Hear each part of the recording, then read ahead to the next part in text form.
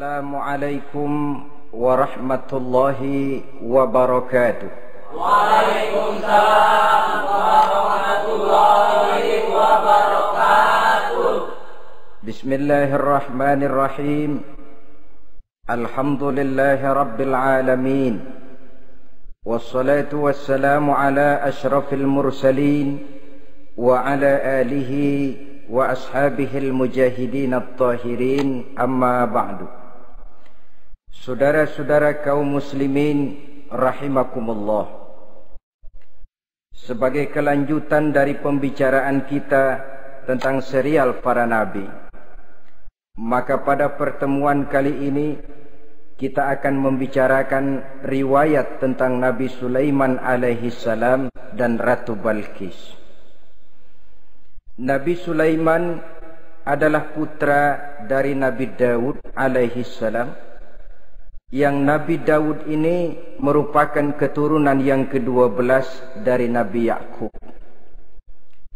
Pada diri Nabi Sulaiman bertemu kebesaran dunia dan kebesaran akhirat.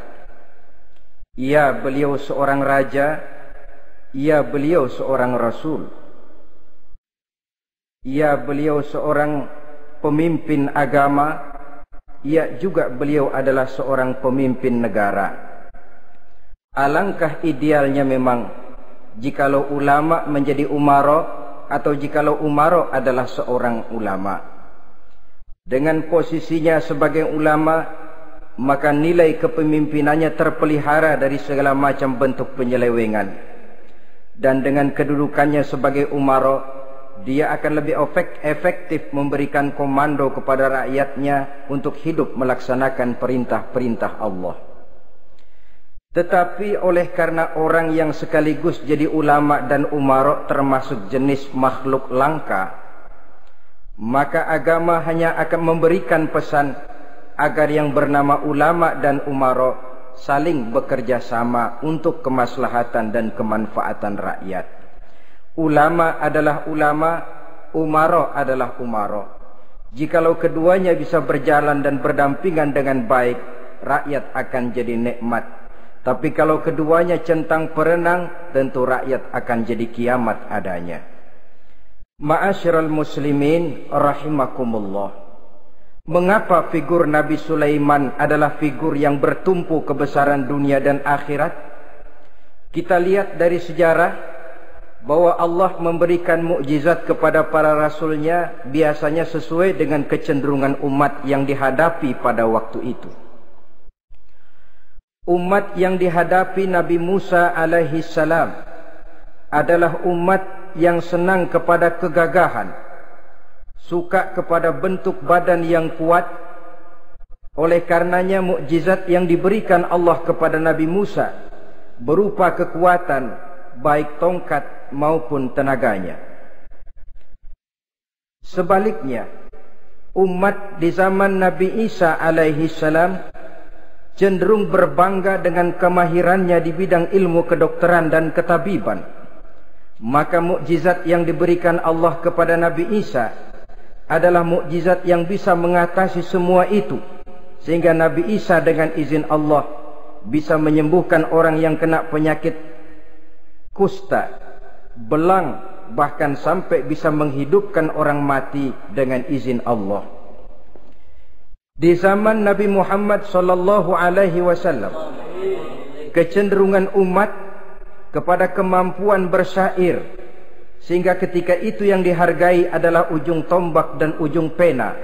Ujung tombak dalam arti pahlawan perang, dan ujung pena dalam arti seniman dan penyair. Maka di antara mukjizat terbesar yang diberikan kepada Nabi adalah Al-Quranul Karim, yang keindahan gaya bahasanya tidak seorang penyair pun sanggup menandinginya. Di zaman Nabi Sulaiman alaihi salam, kebesaran dan kemegahan dunia, kekuatan dan kejayaan menjadi ukuran. Kita tahu bahwa Jalut yang dihadapi oleh Nabi Daud adalah seorang yang bertubuh besar dan gagah perkasa, yang dalam sejarah lebih kita kenal dengan nama Goliat misalnya. Maka tidak heran kalau mukjizat yang diberikan Allah kepada Nabi Musa merupakan mukjizat yang bertumpu antara kebesaran dunia dan kebesaran akhirat, sebagai raja dan juga sebagai nabi. Tetapi yang patut menjadikan pelajaran buat kita terhadap seluruh kebesaran yang diberikan itu, Nabi Sulaiman berkata, "Haza min fadli Rabbi liyabluwani aashkuru am akfuru." Semua ini, kekuasaan dan kebesaranku, kejayaan dan kekayaanku adalah anugerah Tuhan untuk menguji diriku. Adakah aku menjadi bersyukur karenanya atau malah aku menjadi ingkar karenanya? Alangkah baiknya jikalau ucapan Nabi Sulaiman ini kita bisa resapi dan kita bisa terapkan dalam kehidupan ini. Seorang pedagang yang berhasil berkatalah seperti perkataan Nabi Sulaiman. Seorang pejabat dengan kedudukan tinggi berkatalah seperti perkataannya Nabi Sulaiman. Seorang ulama dengan posisi sebagai pemimpin yang non formal berkatalah seperti perkataan Nabi Sulaiman. Seluruhnya berkata, "Haza min fadli Rabbi." Seluruhnya ini adalah karunia Allah untuk menguji diriku, adakah aku bersyukur atau aku menjadi ingkar karenanya. Inilah sekelumit tentang kebesaran Nabi Sulaiman alaihi salam. Pada usia 13 tahun, beliau sudah mewarisi kerajaan ayahnya Nabi Daud dengan meninggalnya Nabi Daud alaihi salam. Dan sejak itu keistimewaan Nabi Sulaiman alaihi salam sudah nampak dalam kehidupan. Beberapa keistimewaan bisa kita catat dari pribadi Nabi Sulaiman ini. Pertama, beliau cerdik, cerdas dan bijaksana, dan tentu saja harus begitu. Kalau Rasul goblok, mana ada umat yang mau ikut. Tetapi kecerdikan dan kecerdasan serta sifat bijaksana ini nampak dari beberapa kisah yang pernah dihadapinya. Pertama, di saat beliau berumur 11 tahun, ketika itu yang menjadi raja adalah ayahnya Nabi Daud, datang mengadu seorang petani bahwa sawah ladangnya, tanaman-tanaman yang ditanamnya habis dimakan oleh binatang ternak dari tetangga di sebelahnya. Maka ia mengajukan usul agar binatang ternak yang memakan tanam-tanamannya itu diberikan saja kepadanya. Nabi Daud meluluskan permintaan petani ini, tapi Nabi Sulaiman berkata, "Ayah, maafkan saya. Kalau boleh saya mengajukan usul, jangan seluruh binatang ternak gembala itu diberikan kepada petani. Akan lebih baik kalau binatang ternak yang memakan tanam-tanamannya itu diberikan kepada si petani selama 1 tahun. Apabila ia berkembang biak, beranak, hasil susunya seluruhnya selama 1 tahun itu boleh dimanfaatkan oleh petani tadi. Dengan demikian saya rasakan ini merupakan satu yang lebih adil ketimbang yang tadi itu." Keputusan Nabi Sulaiman ini diterima baik oleh ayahnya, oleh si petani dan oleh si gembala tadi. Pada usia 11 tahun ia sudah menunjukkan kecerdikan, kecerdasan dan sifat yang bijaksana. Contoh yang kedua, ada 2 orang ibu yang pada saat akan bekerja di ladang, masing-masing meletakkan bayinya di satu tempat, lalu keduanya pun asyik pergi bekerja. Sedang kedua ibu itu bekerja dengan asyiknya, datanglah seekor serigala menerkam salah seorang anak bayi tadi, dan kemudian dibawanya. Tinggallah anak bayi seorang. Ketika kedua ibu tadi kembali ke tempat dia meletakkan anaknya, maka keduanya lalu berebut anak yang satu itu. Jadi kasus berebut bayi rupanya memang sudah ada dari dulunya. Yang satu berkata itu anaknya, yang lain mengaku itu pun juga anaknya. Akhirnya keduanya mengadu kepada Nabi Sulaiman. Masing-masing ngotot, tidak ada yang mau mengalah. Akhirnya kata Nabi Sulaiman, "Kalau kamu berdua tidak ada yang mau mengalah, sudahlah begini saja. Berikan bayi itu kepada saya, akan saya belah 2 supaya adil. Masing-masing kamu bawa sarang sepotong." Ibu yang seorang berbinar matanya, kelihatannya gembira dengan keputusan itu. "Saya setuju Nabi Sulaiman, ini keputusan yang sangat adil. Betul, belah 2 saja bayi itu." Tapi ibu yang seorang malah berurai air matanya, membasahi pipinya. "Ya Sulaiman, daripada Tuhan belah dua anak itu, biarlah berikan saja kepada ibu yang mengaku tadi itu. Tidak sampai hati saya melihat anak yang begini ini harus menjadi korban. Biarlah dia diasuh oleh ibu yang mengakuinya tadi, asal dia tetap hidup." Nabi Sulaiman tersenyum lalu berkata kepada ibu yang berurai air mata tadi, "Ambillah anak ini, Bu, karena ia memang benar anak ibu. Sebab sekejam-kejamnya hati seorang ibu tidak akan sampai melihat anaknya dibelah dua. Adapun engkau ibu yang gembira, engkau sesungguhnya ibu yang kurang ajar. Cuma sekedar ngaku-ngaku, buktinya anak mau dibelah dua kamu setuju. Ibu macam apa kamu anak dibelah dua setuju?" Akhirnya ibu yang satu itu menerima hukuman yang setimpal karena mengakui sesuatu yang bukan haknya. Di sini kita lihat kebijaksanaan yang dimiliki oleh Nabi Sulaiman alaihi salam. Bukti yang ketiga, pada waktu beliau mengadakan jihad fi sabilillah, beliau mengadakan mobilisasi dana. Tidak cuma manusia, binatang seluruhnya ikut memberikan sumbangan. Ketika datang gajah, gajah nyumbang kerbau. Datang kerbau, kerbau nyumbang kambing. Datang kambing, kambing nyumbang ayam. Datang ayam nyumbang burung. Datang burung nyumbang balang. Datang balang nyumbang semut. Gajah yang nyumbang kerbau ngelihat balang nyumbang semut ketawa. "Hei semut, balang, Nabi Sulaiman kamu berikan semut untuk apa kayak gitu kecilnya? Lihatin dong saya nyumbang kebo," kata gajah. Nabi Sulaiman tersenyum seraya bersabda, "Al-hadiyatu biqadril muhdi." Pemberian itu memang sesuai dengan kemampuan orang yang memberi.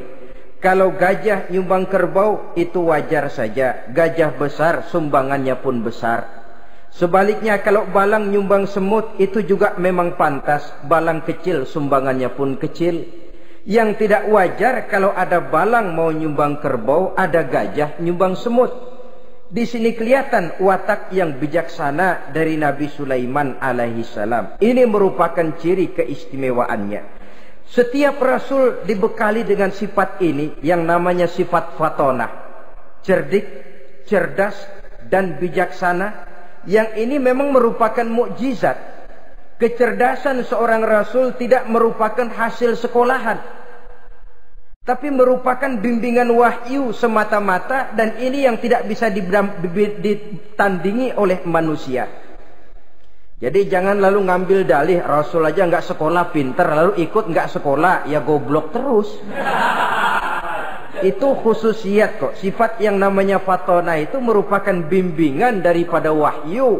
Adapun manusia, jikalau dia mau cerdik, jikalau dia mau cerdas, jikalau dia mau bijaksana, dia harus belajar.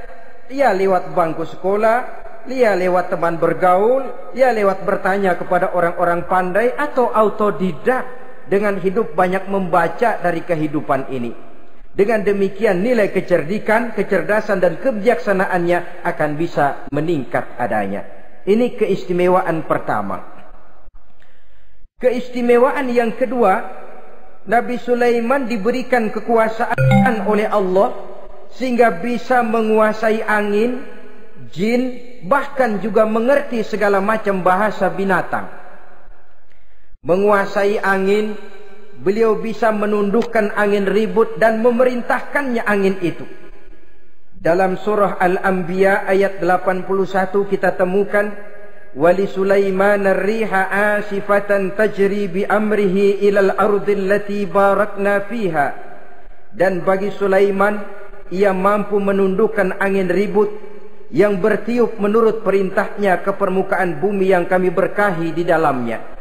Menguasai angin, barangkali istilah sekarangnya, memahami betul meteorologi. Itu sebabnya mukjizat hanya diberikan kepada Rasul, orang yang jiwanya sudah stabil. Coba kalau potongan kita diberikan keistimewaan bisa ngatur angin, Saban Sari main angin.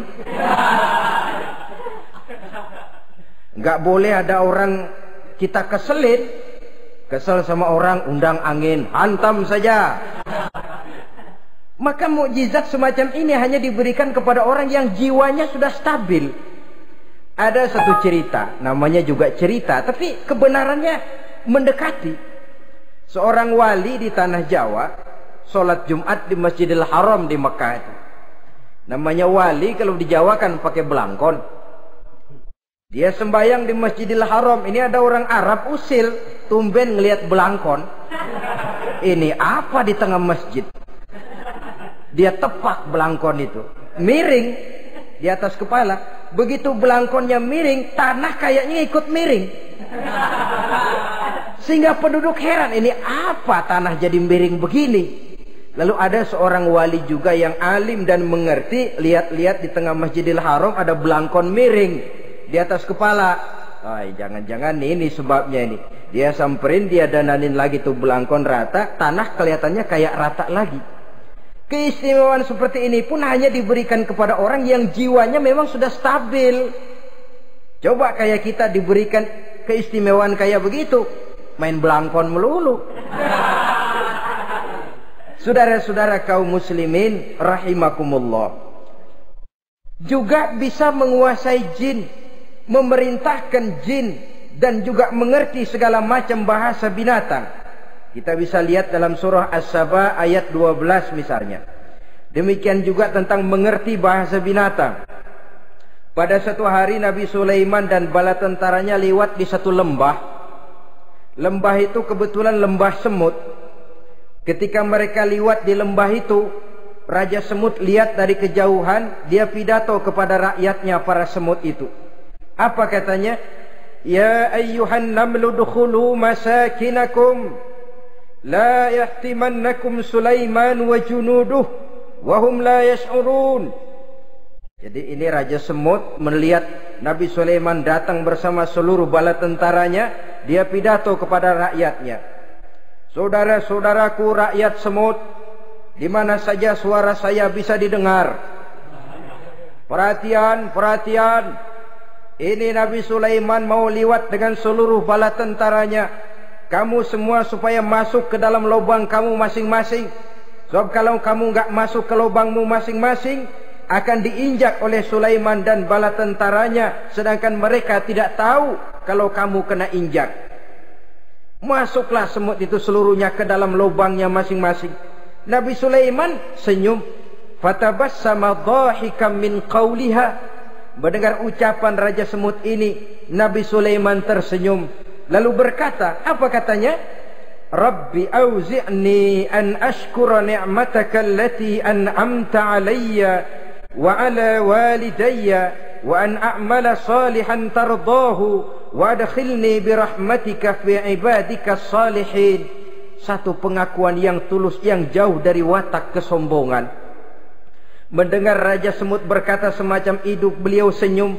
Lalu berkata, wahai Allah, tetapkan kiranya hati saya ini untuk selalu bersyukur terhadap nikmat yang Engkau karuniakan kepada saya.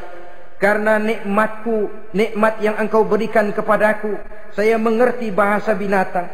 Karena mengerti bahasa binatang, saya mengerti seruan Raja Semut itu.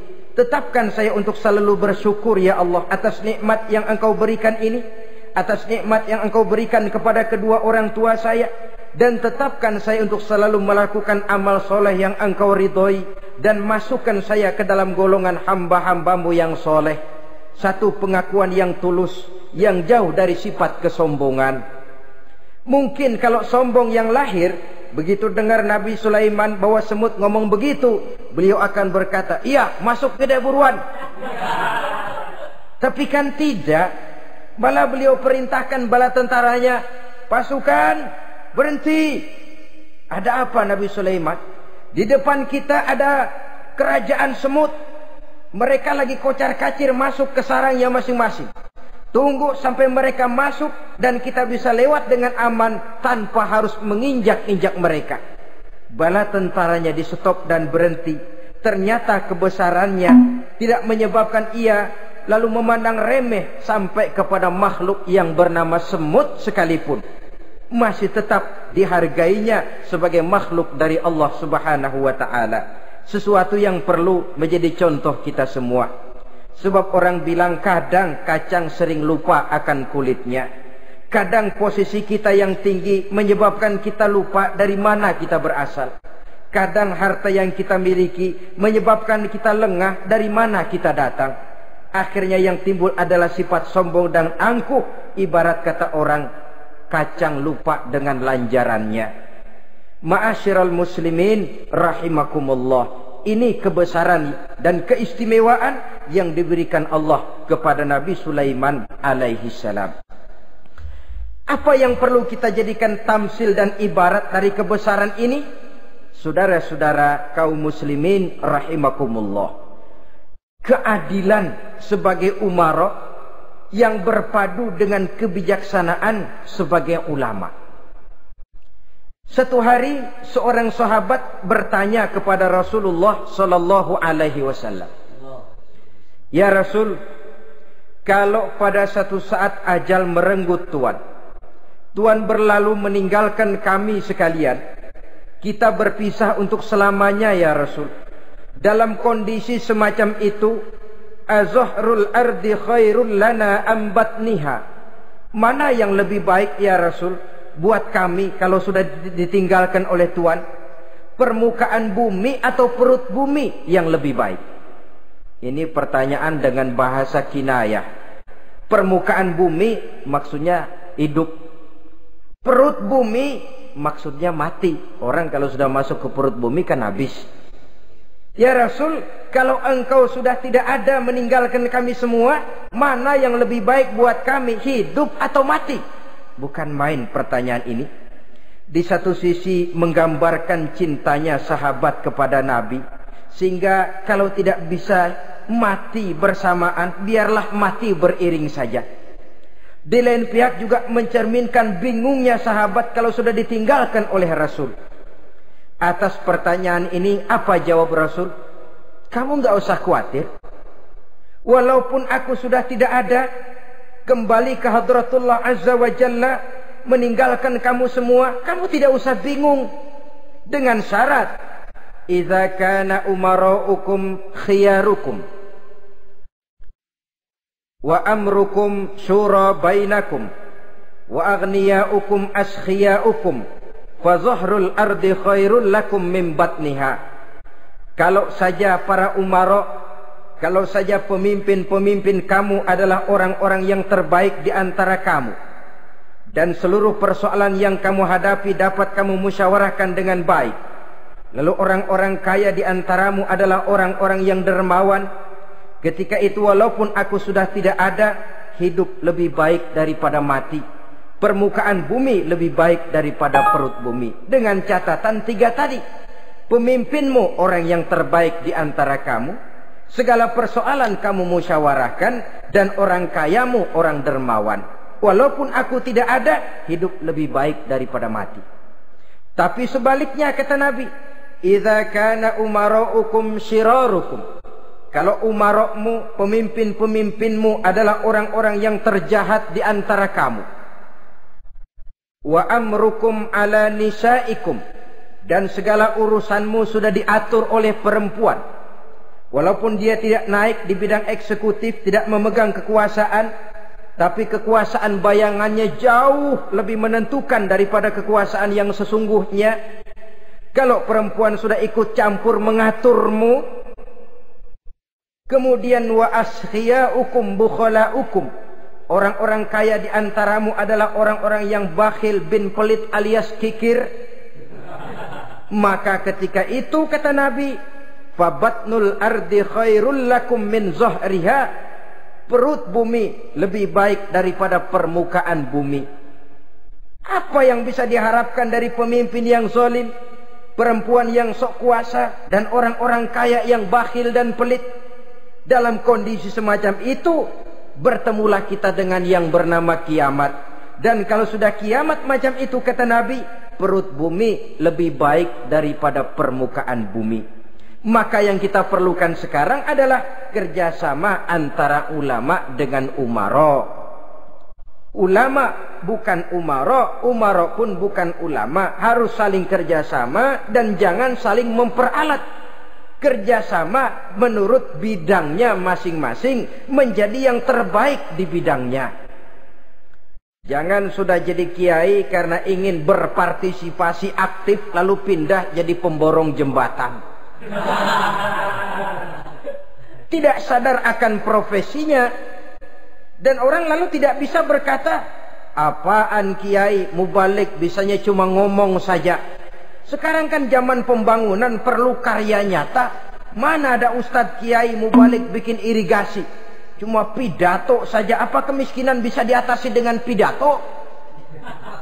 Ini juga orang tidak ngerti urusan. Wong Nabi saja ngajarin kok. Iza wusidal amru ila ghairi ahlihi fantaziris sa'ah. Yang kemudian diterjemahkan dalam manajemen modern, the right man on the right job. Bahwa persoalan harus diserahkan kepada orang yang memang ahlinya. Lah kalau kiai ngurus irigasi, apa nanti lurah mau ngajar fikih? Camatnya ngajar tafsir. Kacau jadinya. Makin ruwet jalur birokrasi, makin banyak orang meninggalkan profesi dan malah melaksanakan sesuatu yang bukan profesinya. Untuk memberesi keruwetan birokrasi termasuk diantaranya menanamkan kesadaran profesi yang menimbulkan kebanggaan dan kebanggaan yang membuahkan tanggung jawab terhadap profesi itu. Sebab orang kalau sudah bekerja menurut profesinya, walaupun tidak kaya, tapi hidupnya tenang. Kenapa? Karena panggilan jiwanya. Seorang kiai yang diajak ngobjek, walaupun objeknya gol puluhan juta, kaya, belum tentu tenang. Karena saya yakin bukan ke sana panggilan jiwanya. Ma'asyiral muslimin rahimakumullah. Itulah sebabnya kerjasama. Ulama membangun lingkungannya, ulama membangun manusianya, umarok membangun lingkungannya, sehingga terciptalah wujud daripada pembangunan manusia seutuhnya, ya zahirnya, ya batinnya. Seluruh kita berpartisipasi, hanya bidangnya saja yang berbeda-beda. Jangan yang satu merasa lebih berjasa dari yang lain, jangan yang satu merasa lebih penting dari yang lain. Seluruh kita penting, seluruh kita berjasa, cuma bidang kita saja yang berbeda-beda. Inilah bahasa Quran, kullun ya'mal ala syakilatih. Setiap orang bekerja menurut profesinya masing-masing. Ma'asyiral muslimin rahimakumullah. Kita kembali kepada riwayat Nabi Sulaiman alaihi salam. Satu hari ketika beliau sedang menginspeksi pasukan, berkumpullah pasukan beliau itu, ya tentara yang manusianya, ya pasukan jinnya, ya seluruh binatang-binatangnya berbaris. Beliau selaku inspektur upacara mengadakan inspeksi pasukan. Dari sekian pasukan-pasukan yang diperiksanya pada waktu itu, Nabi Sulaiman melihat tidak terdapat burung hudhud. Beliau bertanya-tanya, "Ma liya aral hudhuda am kana minal ghaibin?" Kemana burung hudhud? Orang lain pada kumpul, dia sendiri tidak ada. Awas kalau dia datang, kalau dia tidak bisa memberikan alasan yang tepat kemana dia, akan saya berikan sanksi dan hukuman. Ini namanya pemimpin yang bertanggung jawab toh. Seorang pun dari yang dipimpinnya tidak ada, menjadi pertanyaan. Tidak lama kemudian datang burung hudhud. Begitu datang lalu memberikan laporan kepada Nabi Sulaiman. Kalau istilah sekarang, begitu dia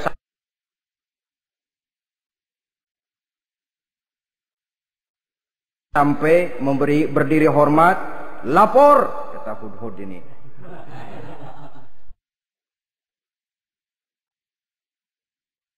Bagaimana hudhud? Maaf Tuan Raja, saya terlambat. Iya, kenapa terlambat? Patroli Tuan Raja. Kemana saja kamu patroli? Keliling. Lalu apa hasilnya? Inni wajadtu mar'atan tamlikuhum wa utiyat min kulli syai'in wa laha arsyun azim. Saya baru patroli ke satu negara yang bernama Sabah, Tuan Raja. Sabah, saudara tahu Sabah? Di mana itu? Dekat ibu kota Yaman sekarang. Di sana Tuan Raja, kata Hudhud ini, wajadtu imra'atan tamlikuhum. Yang jadi raja perempuan. Kalau Tuan raja besar, Tuan orang laki. Ayah Tuan raja besar Nabi Daud laki. Ini mah model Tuan Raja. Orangnya rajanya raja besar tapi perempuan. Tumben saya ngelihat ada raja perempuan, kerajaannya begitu besar. Begitu. Iya. Lalu dia jadi raja bagaimana? Ya mewarisi kerajaan ayahnya Sri Baginda Raja Syarahil. Ketika ayahnya wafat, dia naik. Walaha arsun azim. Singgasananya besar, bagus, antik Tuan Raja. Terus bagaimana lagi? Wajadtuha wa qaumaha yasjuduna lisyamsi min dunillah. Yang jadi pikiran saya Tuan Raja, dengan kekuasaan yang besar, mereka itu seluruhnya, seluruh bala tentaranya dan kaumnya, yasjuduna lisyamsi. Mereka menyembah matahari, bukan menyembah Allah. Mendengar ini Nabi Sulaiman tergerak hatinya. Waktu mendengar rajanya perempuan, kekuasaannya besar, belum tergerak. Tapi ketika sampai kepada yasjuduna lisyamsi, mereka sujud kepada matahari, di situ pribadi seorang rasulnya tergerak. Siapa nama ratu itu? Namanya Ratu Balkis Tuan Raja. Begini Hudhud, laporan kamu saya terima.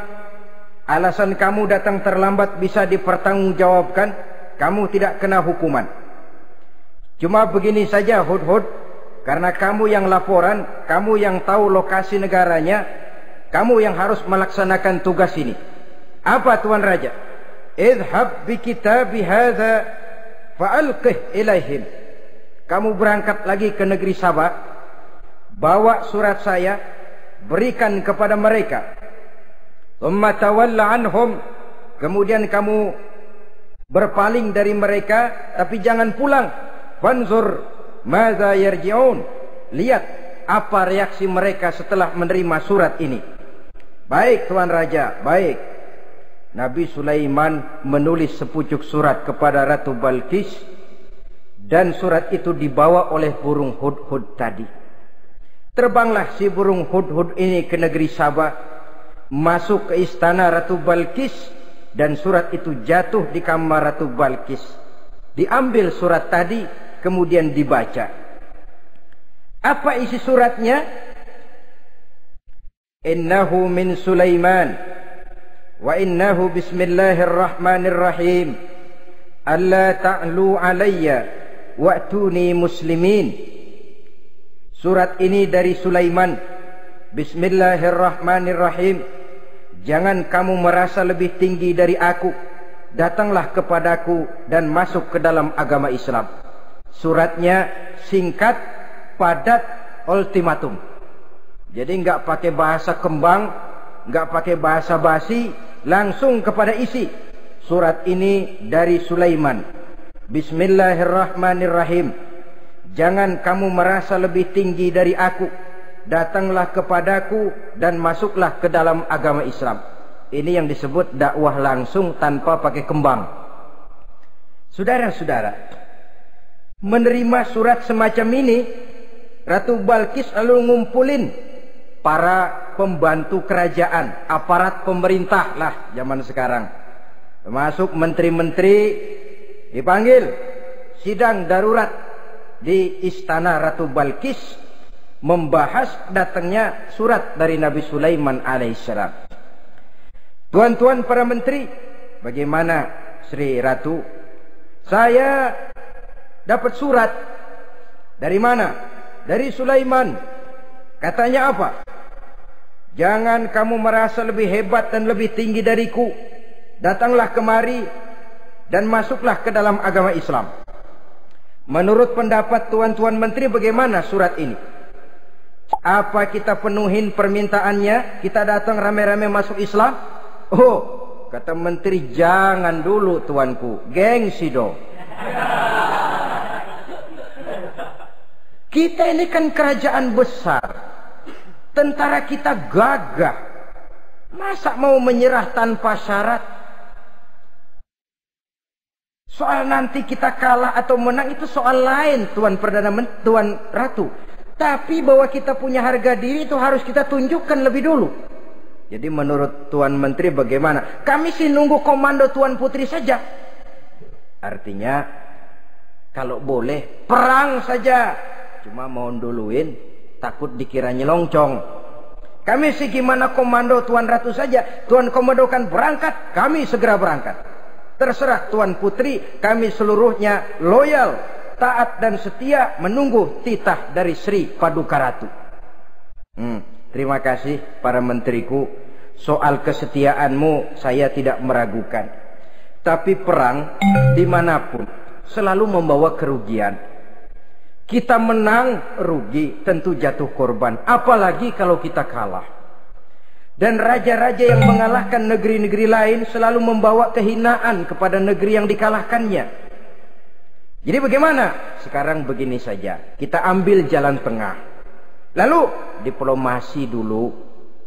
Diplomasi macam apa Tuan Ratu? Kita kirim utusan kepada Nabi Sulaiman. Dari sana nanti kita lihat reaksinya. Saya memang selama ini sudah dengar siapa itu Nabi Sulaiman. Katanya orangnya masih muda, masih bujangan, bijaksana, kekuasaannya besar, tentaranya hebat. Cuma kan baru berita, kita cek. Jadi diplomasi macam apa Tuan Ratu? Kita kirim utusan kepada Raja Sulaiman.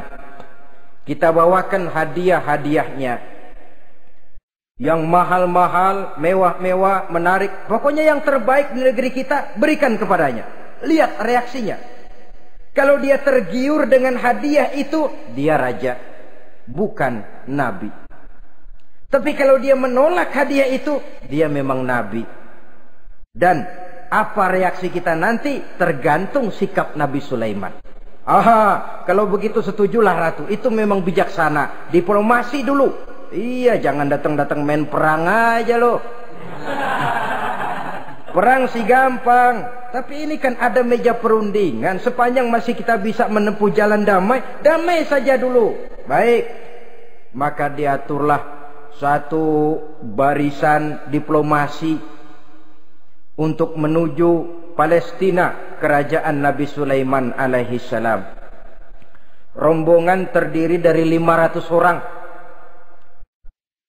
laki-laki dan 500 orang perempuan. Yang laki ganteng, yang perempuan cantik. Yang laki dikendarai dengan kuda-kuda pilihan dan yang perempuan dikendarai dengan keledai-keledai pilihan. Kuda dan keledai pun dihiasi begitu rupa, pelanaknya yang terbagus dilapis dengan sutra, sedangkan bawaan-bawaannya tidak lain daripada intan, berlian, mutiara, jamrud, yakut, kesturi yang dilapis dengan sutra tenun yang asli. Pendeknya hadiah yang serba wah. Dan rombongan ini dipimpin oleh seorang diplomat ulung dari negeri Sabah bernama Munzir bin Amru. Ini ahli diplomasi dari negeri Sabah. Dipesanlah oleh Ratu Balkis, kalau datang nanti kamu ke negeri Sulaiman, sikapmu harus begini, begini dan segala macam. Ditatar dulu. Sebab ini mau diplomasi tingkat tinggi. Baik Sri Ratu. Nah, sudah mendengar perundingan ini, burung hudhud pulang ke negeri Nabi Sulaiman.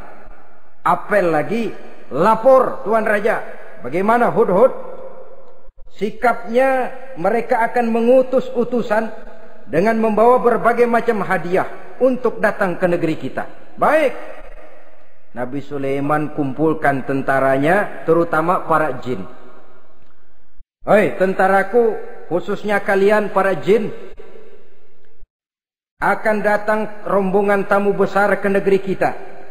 Maka mulai saat ini saya komandokan, kamu bangun satu istana yang megah, yang belum pernah ada dalam waktu yang relatif singkat. Dan lantai daripada istana itu harus dilapisi dengan kaca-kaca tebal yang bening, bawahnya diisi dengan air, diisi dengan ikan-ikan hias yang indah-indah. Baik Tuan Raja.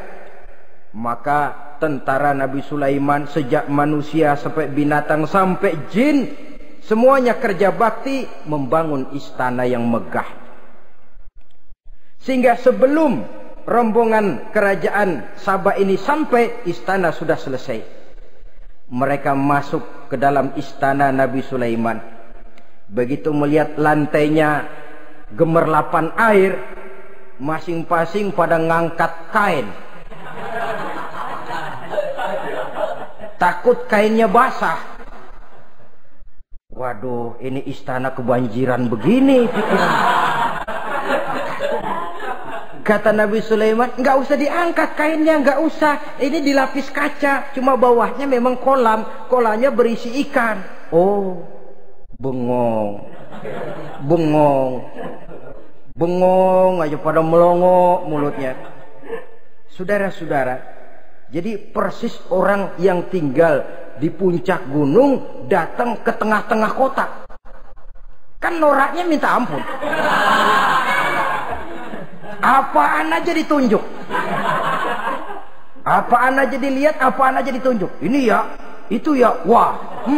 Wah, sudah semuanya serba wah. Jadi kalau istilah tingkat diplomasinya, mereka sudah kalah mental. Dan itu sudah kemenangan pertama dari Nabi Sulaiman. Sudah shock. Mereka merasa negeri Sabah kaya, luar biasa, hebat. Begitu datang ke negeri Sulaiman, mereka jadi orang norak kayaknya. Sudah kumpul, nah selamat datang tuan-tuan ke negeri kami. Ada pesan apa? Majulah Munzir bin Amru. Tuan Sulaiman, bagaimana? Kami diutus oleh Sri Baginda Ratu Balkis untuk menyampaikan hadiah-hadiah yang kami bawa ini. Intan, berlian, yakut, jamrud, kesturi, dan barang-barang mahal lainnya. Mudah-mudahan Tuan bisa menerima dengan senang hati. Nabi Sulaiman tersenyum. Lalu beliau berkata, Atumiddunani bimalin, fama atani Allahu khairun mimma atakum. Kamu mau memberikan saya seluruh hadiah-hadiah permata intan ini? Padahal apa yang telah diberikan Allah kepada saya jauh lebih baik dari apa yang telah diberikannya kepadamu. Kamu merasa bahwa saya kekurangan semua ini? Ketahuilah tuan-tuan, saya punya lebih banyak dari apa yang tuan-tuan berikan sekarang ini. Irja' ilaihim, bawa pulang kembali seluruh hadiah ini. Sampaikan salam saya kepada ratumu, Ratu Balkis. Falanatiyannahum bijunudin la qibala lahum biha. Kalau mereka tetap tidak mau datang menyatakan keislaman, kami yang akan datang ke sana dengan seluruh bala tentara kami yang mereka pasti tidak akan sanggup menghadapinya. Saudara bisa baca dalam surah An-Naml ayat 36. Saudara hadirin ma'asyiral muslimin rahimakumullah. Kalau orang sudah silau dengan yang namanya upeti, hadiah, harta, secara mental dia sudah jatuh. Andai kata ketika itu Nabi Sulaiman menerima seluruh hadiah tadi, maka misi kerasulannya tidak akan jalan. Wibawanya hancur dan dia tidak akan sanggup lagi mendakwahkan Ratu Balkis untuk masuk ke dalam agama Islam. Dia akan jadi cemoohan di negeri Sabah. Sulaiman ngomong aja dikasih hadiah telap. Nah, ternyata ada yang lebih mahal dari harta, ada yang lebih mahal dari intan dan mutiara, ada yang lebih mahal dari pangkat dan kedudukan. Apa dia? Harga diri. Dan itu yang langka sekarang ini. Lebih baik jalan kaki tapi kita bebas mendongakkan kepala kemanapun kita mau, daripada naik mobil empuk tapi mata nunduk saja nggak berani lihat ke atas. Kehilangan harga diri. Ulama yang kehilangan harga diri akan menyelewengkan ayat. Pejabat yang kehilangan harga diri akan melakukan segala macam penyelewengan dan lain sebagainya. Harga diri sesuatu yang mahal. Terutama di kota-kota besar, kota-kota yang menyandang gelar metropolitan, biasanya harga diri ini sudah tidak dihiraukan orang lagi. Cuma untuk uang yang relatif kecil, cuma untuk kedudukan yang temporer, orang tidak segan-segan mengorbankan sesuatu yang paling mahal yang bernama harga diri. Akhirnya suap merajalela, sogok menjadi-jadi, semir pun menjamur. Bahkan malah kadang-kadang jadi target. Sehingga ada pernah berita jabatan wakil gubernur katanya dikomersilkan. Siapa yang bisa memberikan sekian puluh juta dia akan naik. Ini kalau sudah begini ya salam. Orang itu kalau memperoleh satu jabatan karena mengeluarkan banyak uang, percayalah saudara, begitu dia naik ke jabatan itu, langkah pertama yang dia lakukan bagaimana supaya uangnya bisa kembali. Bukan bagaimana bekerja sebaik-baiknya, bukan bagaimana mensejahterakan rakyat sebaik-baiknya. Karena dia merasa naik jabatan banyak mengeluarkan uang, setelah dia naik gimana supaya pulang modal dulu. Lebihnya kalau ada baru bekerja buat rakyat, itu pun kalau nggak keburu pensiun. Kadang-kadang malah lebih celaka lagi, kalau sudah mau pensiun baru bikin pemutihan. Wah, saya baru rajin iktikaf di masjid, pergi haji. Kenapa? Udah pensiun. Tapi waktu masih aktif, tanda tangan masih laku, nota masih dihargai, kata belece masih berwibawa, lupa berbuat untuk hari depan dirinya sendiri, yaitu akhiratnya. Konon lagi untuk umat dan agamanya. Jadi untuk mengabdi, berbuat baik kepada umat, berkhidmat kepada agama, iktikaf di masjid, tuan-tuan, tak usahlah nunggu sampai pensiun.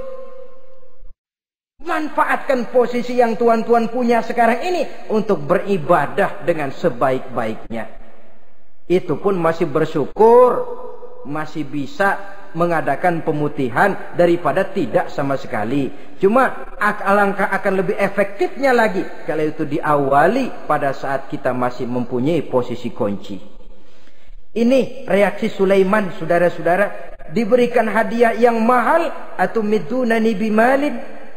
Kamu mau nyogok saya dengan hadiah ini yang diberikan Allah lebih hebat dari yang kau bawa sekarang ini. Apa yang saya cari? Oleh Allah saya telah diberikan sesuatu yang lebih besar dari yang kau bawa. Sudah, bawa pulang saja, sampaikan salam kepada ratumu. Kalau dia tetap ngotot tidak mau kemari, saya yang akan datang ke sana dengan seluruh bala tentara yang saya yakin sampean akan kewalahan ngadepinnya.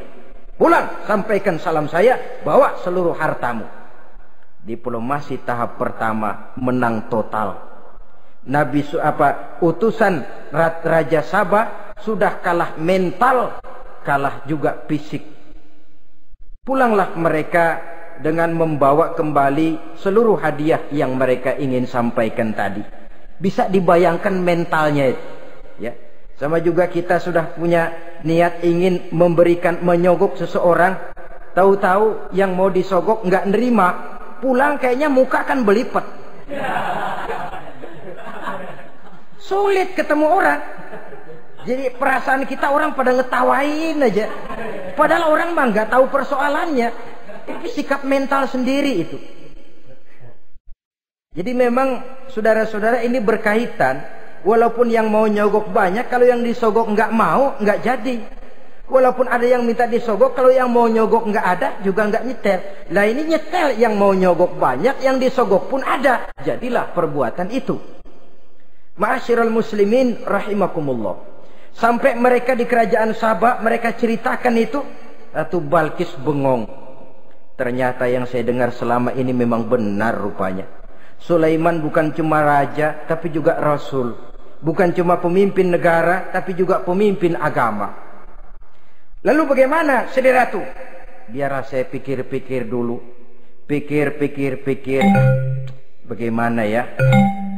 Sudahlah, begini saja. Kita sekarang berangkat ke negeri Nabi Sulaiman. Saya yang akan langsung memimpin rombongan. Ada dua tujuan Ratu Balqis sebenarnya. Tujuan pertama ingin melihat dengan mata kepala sendiri kebesaran Sulaiman yang selama ini dia cuma dengar beritanya saja. Yang kedua, ada udang di balik batu. Kalau setelah Nabi Sulaiman nanti melihat kecantikan Ratu Balqis ini, dia bisa fly. Nah, istilah anak sekarang, dia bisa fly. Nah, siapa tahu kan karena kecantikannya Nabi Sulaiman lalu jatuh hati dan Dewi Amor pun bicara. Nanti bila mata bertemu mata, bibir ikut senyum, hati berdetak. Maka terjadilah magnet-magnet saling bersentuhan, percintaan tingkat tinggi. Kan lumayan dapat suami, dapat pacar seorang raja besar. Jadi dengan harapan ini berangkatlah Ratu Balqis ke negeri Nabi Sulaiman. Hud lapor lagi. Lapor. Bagaimana Hud? Ini Ratu Balqis yang mimpin sekarang. Baik, kita siap-siap. Begini saja, kata Nabi Sulaiman. Siapa yang bisa bawa singgasana Ratu Balqis ke sini? Jin Ifrit tampil. Saya. Berapa lama kamu perlukan untuk membawa singgasana Ratu Balqis kemari? Sebelum Tuan bangun dari tempat duduk, itu singgasana sudah bisa sampai kemari, Tuan Raja. Bagus. Ada yang bisa lebih cepat? Saya, kata seorang ulama. Berapa lama?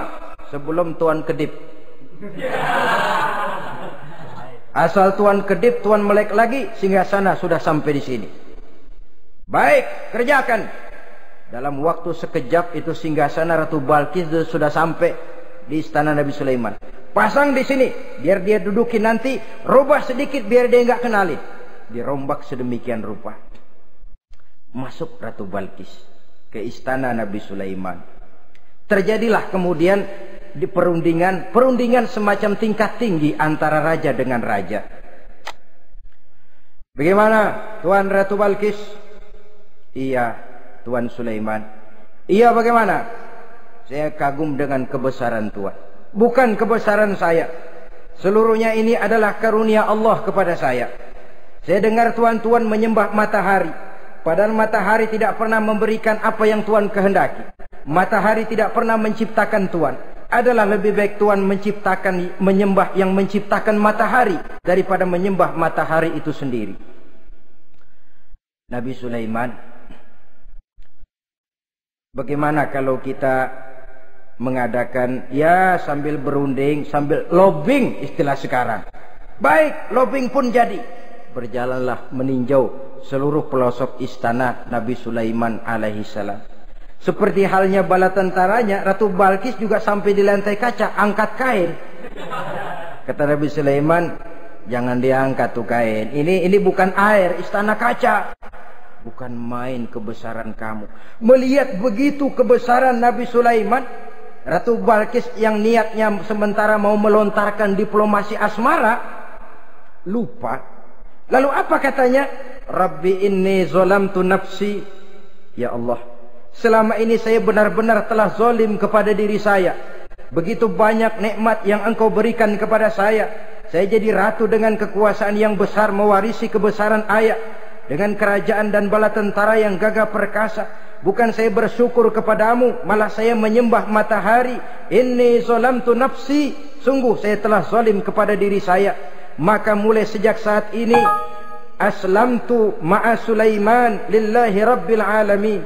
Mulai sejak saat ini ya Allah, saya nyatakan diri, saya masuk Islam, bertuhankan Allah Rabbul Alamin. Saya tunduk kepada Nabi Sulaiman alaihi salam. Masuk Islam sebelum diplomasi asmaranya melayang, saudara-saudara. Sudah masuk Islam? Sudah. Nah, Ratu Balqis sekarang bagaimana? Ya Nabi Sulaiman, kalau saya masuk Islam, apakah kerajaan saya akan tunduk dan diatur oleh kerajaan Tuhan? Tidak. Kamu persilakan pulang ke kerajaanmu. Atur negerimu menurut cara yang kamu mau, asal sesuai dengan perintah Allah. Saya bukan penjajah. Saya cuma mengajak kamu ke dalam Islam. Saya tidak ingin meluaskan wilayah saya. Asal kamu sudah masuk Islam, tugas sudah saya jalankan. Perkara kerajaanmu, kau pulang, kau atur, dan kau tetap jadi raja. Jangan merasa kalau sudah masuk Islam lalu kerajaanmu saya caplok. Islam bukan penjajah, Ratu Balkis. Baiklah Nabi Sulaiman, saya tahu. Tapi untuk melanggengkan kerjasama antara kerajaan Sabah dengan kerajaan Tuhan, caranya bagaimana? Mulai ngojok-ngojok. Dia nggak bilang lu demen aja deh sama gue. Enggak. Cuma untuk jangka panjangnya Sulaiman, supaya kita tetap bisa kerjasama, caranya bagaimana? Ya supaya kerajaan berumur panjang, kau harus punya keturunan, kata Nabi Sulaiman. Itu kan berarti saya harus nikah. Memang. Tapi saya ratu. Suami saya kan paling kurang juga harus maharaja, sahansah. Ya sebenarnya sih cuma dia nggak bilang aja. Di kerajaan gue nggak ada yang setimpal, gue maunya sama elo. Itu kalau bahasa kita, cuma ini kan bahasa perempuan. Perempuan kan paling pintar nahan perasaan. Nggak kayak orang laki. Orang laki kalau lagi mabok cinta teler. Sama siapa aja dia cerita. Gua kan lagi demen sama si Ano. Lain sama perempuan, dia paling bisa jaga perasaan. Saya kalau begitu, saya harus kawin dengan maharaja. Ya kamu tinggal pilih saja, kata Nabi Sulaiman. Nabi Sulaiman, ini Perdana Menteri udah pada mesem-mesem, udah paham ke arah mana maksudnya. Bagaimana kalau kita kukuhkan saja dua kerajaan ini, Nabi Sulaiman? Saya pun setuju kalau itu kamu mau punya mau. Wah, ini Perdana Menteri takbir semua. Allahu Akbar, Alhamdulillah, Alhamdulillah. Sampai akhirnya Nabi Sulaiman pun menikah dengan Ratu Balkis. Bergabunglah dua kerajaan besar itu. Saudara-saudara kaum muslimin rahimakumullah. Kemudian setelah bertahun Nabi Sulaiman wafat. Tidak seorang pun tahu karena beliau wafat sedang pegangan tongkat. Ketika tongkat dimakanin rayap, rapuh, baru beliau jatuh. Orang tahu kalau Nabi Sulaiman sudah wafat. Menurut riwayat beliau wafat itu sedang sholat. Karena sholat Nabi Sulaiman cuma diri saja, tidak pakai ruku dan sujud. Menurut riwayat lain beliau sedang memandori jin dan tentaranya yang sedang kerja. Begitulah wafat beliau, kita bisa baca dalam surah Saba ayat ke-14. Setelah beliau wafat, Palestina diserbu oleh Raja Bukhtanasor atau Raja Nebukadnezar. Seluruh kebesaran Sulaiman di bumi hanguskan, istananya dihancurkan, intan permata dan kekayaan beliau dirampok, dan tinggallah kebesaran Sulaiman cuma legenda saja yang kita kenal dengan istilah Haikal Sulaiman. Legenda, riwayat-riwayat yang sampai sekarang ini masih bisa kita telusuri kebenarannya. Saudara-saudara, inilah pertemuan yang singkat ini, walaupun serba singkat, mudah-mudahan ada manfaatnya. Dengan kesimpulan, seluruh anugerah yang ada pada kita hakikatnya karunia Allah. Marilah kita menjadi orang yang pandai bersyukur atas anugerah itu.